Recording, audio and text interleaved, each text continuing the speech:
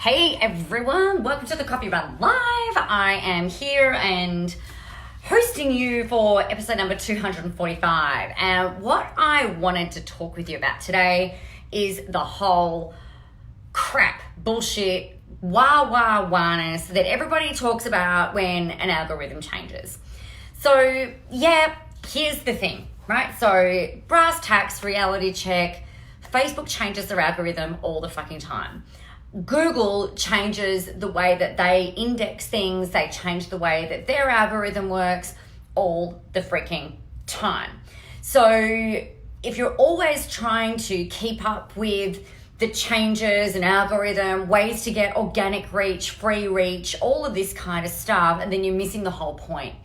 And I guess, you know, the thing that we've really got to be considerate of, hey Mike, and the thing that we've got to remember is that Facebook is at its first and foremost thing right at this moment in time. It is an advertising platform. So yeah, you're probably not going to get the reach that we used to get back 10 years ago, even 8 years ago, maybe even 5 years ago. The thing that does not change though is human behavior. Okay, so an algorithm can change, things can change, they can change the internal workings of everything, they can change the layout, they can change the way that everything looks. The thing that doesn't change is the way that people engage, the way that people follow, the way that people are inspired, because we are humans. And what do humans look for? Humans look for connection and rapport. Humans look to learn how to get to know you, how to like you, how to trust you. Humans are looking for ways to connect. They're looking for people in, like I'm talking primarily in a services industry, they're looking for people that they can trust. Now, just because an algorithm goes and changes doesn't mean that you all of a sudden becomes less trustworthy. Just because an algorithm changes doesn't mean that you are less likable. Yeah, some of the mechanics might change, but here's the thing that has not changed, and I've been doing this for 10 years. The thing that doesn't change is that first thing that people see needs to create a way of being able to connect, capture, and engage them. That can be a post, it could be a live stream, it could be anything. And it's something that is going to help them to feel something, right? They need to be moved. They either need to be inspired or motivated. I would suggest that we're not going down the track of shaming them and making them feel like shit, because I don't think that's really very nice. I don't think it's appropriate to go into like a whole bullying standpoint or anything like that. But if you're sitting there, you know, and you're like, wow, you know what, I know what these people are, and call it out. Say, hey, this is what's going on and this is how you can change, right? My husband just tried to call me. It's really annoying. He does it all the time when I'm on a live. Love him. So you've got that side of things, right? Now, I am so tired of hearing, and it happens all the time. The algorithm changes. The placement changes. No one's seeing my posts. Well, we want to rewire and change. We need to connect and engage and build rapport with our people. We need to offer them something of value. All right. Now, here's where we can start to build essentially an insurance mechanism around what it is that you're doing. And again, this is stuff that I've been doing for the last 10 years.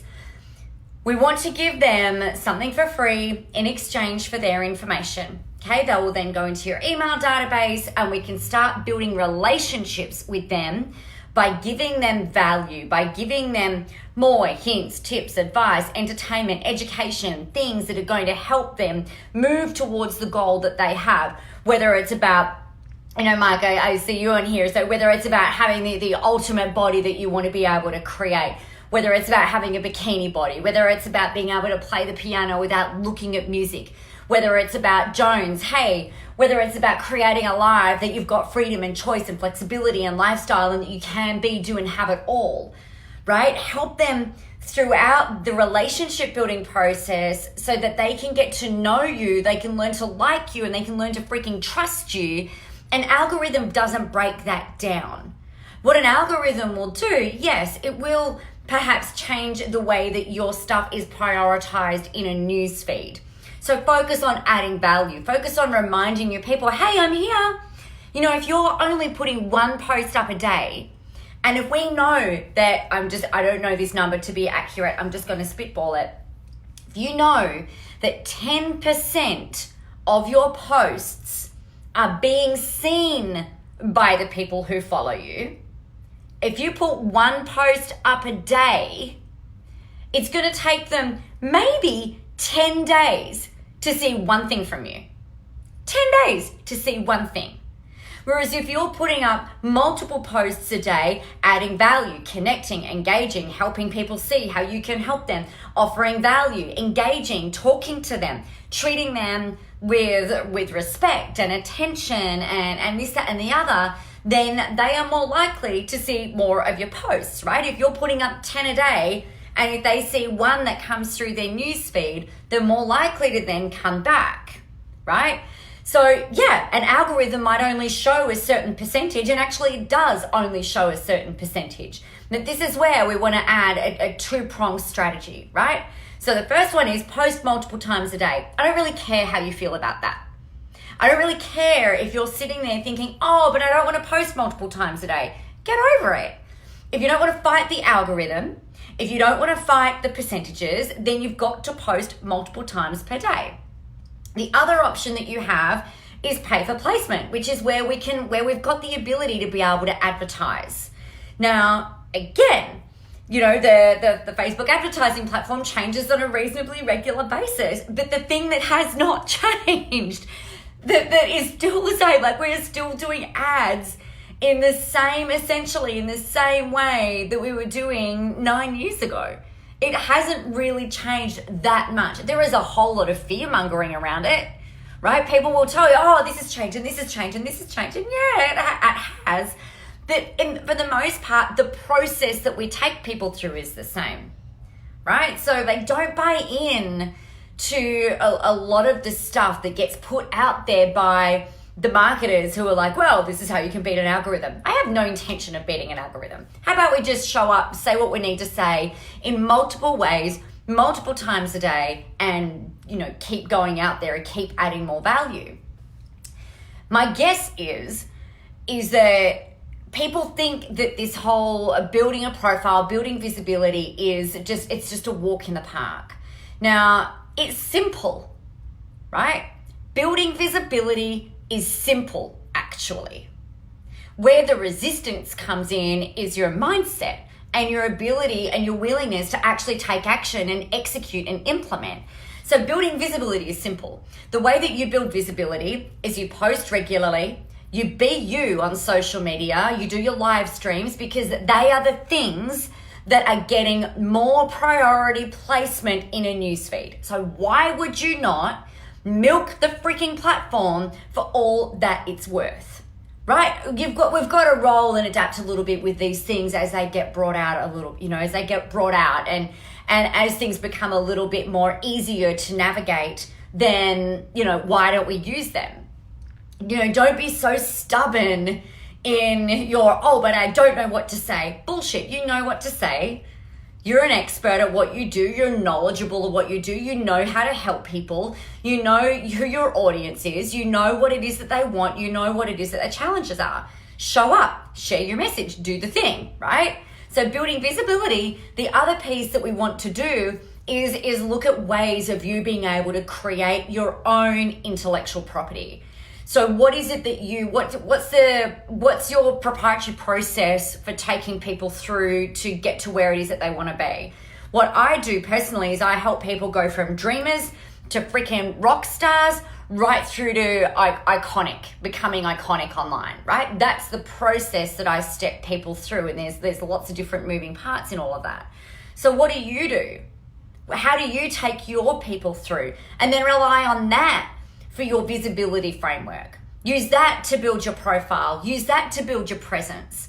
Yeah, like rather than getting caught up in the things that we don't have any control over, you can absolutely take heart that what you can control is the way that you show up, what you say, how you say it. And if you are buying into this, oh, the algorithm's changing, then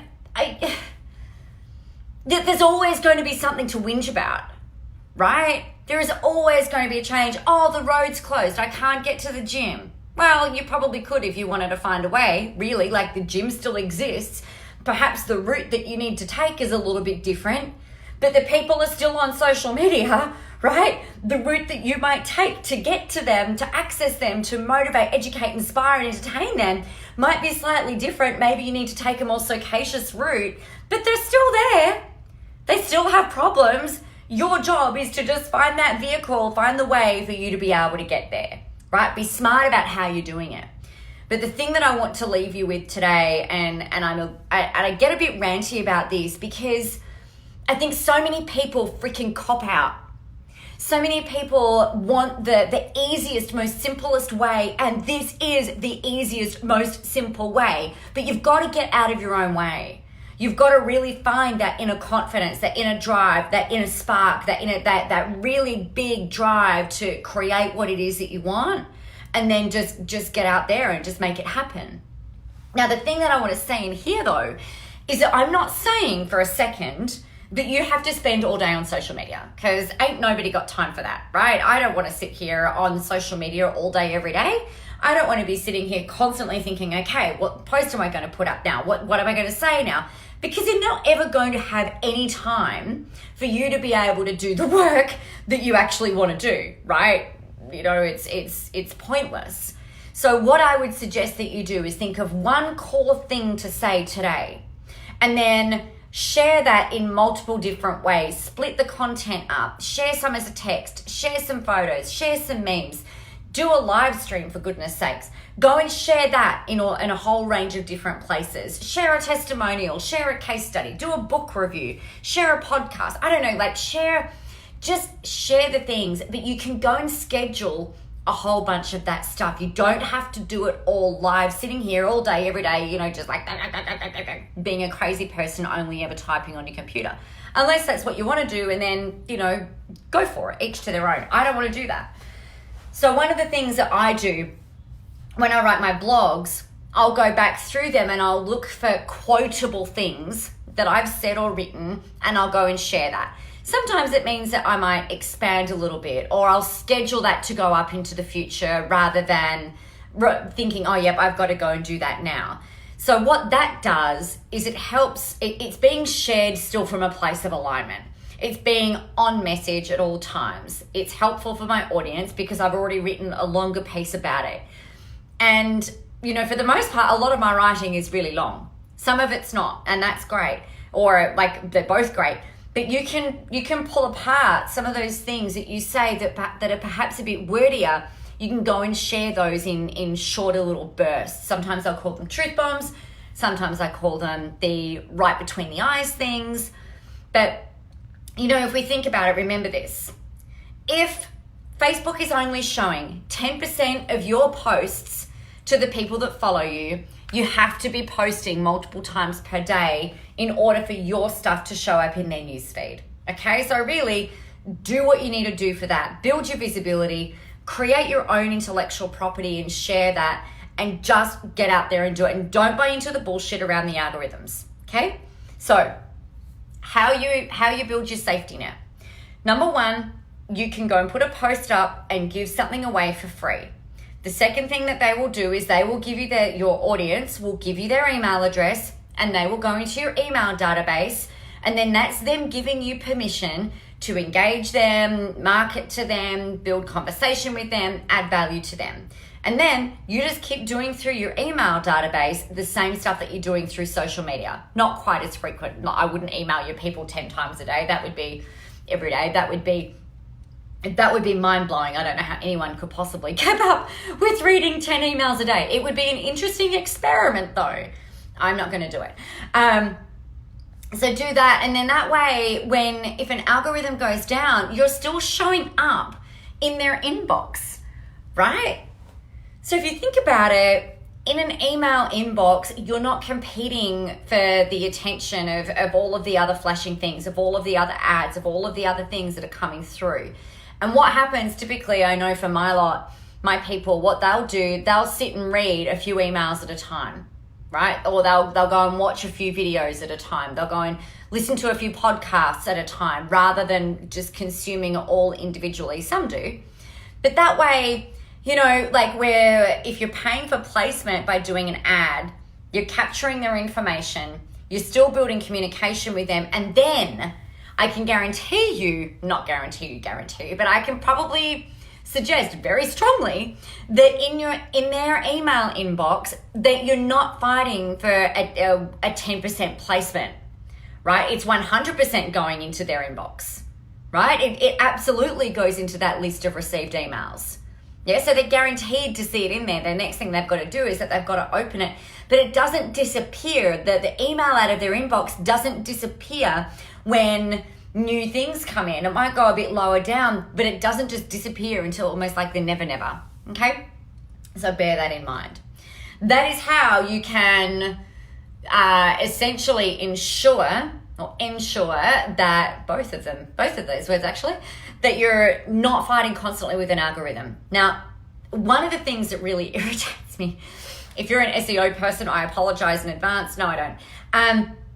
One of the issues with SEO, hey Belinda, with an SEO is that because Google, as an example, Google changes their algorithms all the time. So what that means is that when somebody Googles something, say marketing mentor, there will be a few pages or like many pages of people who are considered to be marketing mentors, and they've probably gone and tweaked their website, they've added in keywords, they've done all of this strategically in order to show up in a Google search. Okay? Hey Helen. So where this becomes problematic is, and SEO is expensive. It might be $500 to $1,000 a month. I remember one lady I was talking to a couple of years ago was spending about $1,000 a month constantly updating her SEO within her website in order to get Google leads, right, from the searches that came up. She was not getting any new clients. She was not making any money. And I guess the problem is that because the algorithm's changing all the time, you're kind of tied, if you're going down that track, you're really tied into constantly updating the SEO, which I don't believe that we should be relying on a Google search for us to get clients, right? That's really about like going out and prospecting. Whereas what we can do with direct response marketing, with marketing that creates an emotional response, we draw people in. So think about it from a Facebook advertising perspective. If you go and spend, so let's say $1,000, let's say it was or even $500 for 1 month of SEO, to me, I just want to try and find my calculator because I was looking for it, but it's on my phone. Calculator. Oh, that's annoying. Okay, that's not going to work. If you think about how many leads you can generate when you spend $1,000 on Facebook, right? Think about how many leads. If they're at $10 a lead, which you're not going to spam, that would be 100 leads.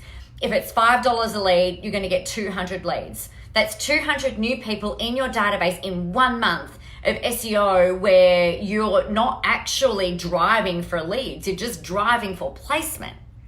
Okay, now I'm not saying it doesn't work. I'm sure it probably does. It's just not something that I've heard of working for very many people at all, right? And it's less about you being you and more about you trying to work a process. And then again, you're tied into a freaking algorithm. And then when it changes, you've got to pay to test it and work it out. So I would always come back to the direct response marketing method, the emotionally connective marketing response message, where we're educating, inspiring, motivating, entertaining, and helping our people to be brought forward. Okay? That's my rant for today. Apparently I get a little bit passionate about that. So if you've got any questions about this or anything else we've talked about today, make sure you let me know. Otherwise, get out there, go help some people, have a whole lot of fun doing it, be visible, obviously, and the world is ready for your brand of awesomeness. I will be putting a link in below where you can access the $1 Million Success Taster series. So if you see that go in and you want some, I will let you know how to do that as soon as we hop off on here. Have a great day, everybody. I'll talk to you tomorrow.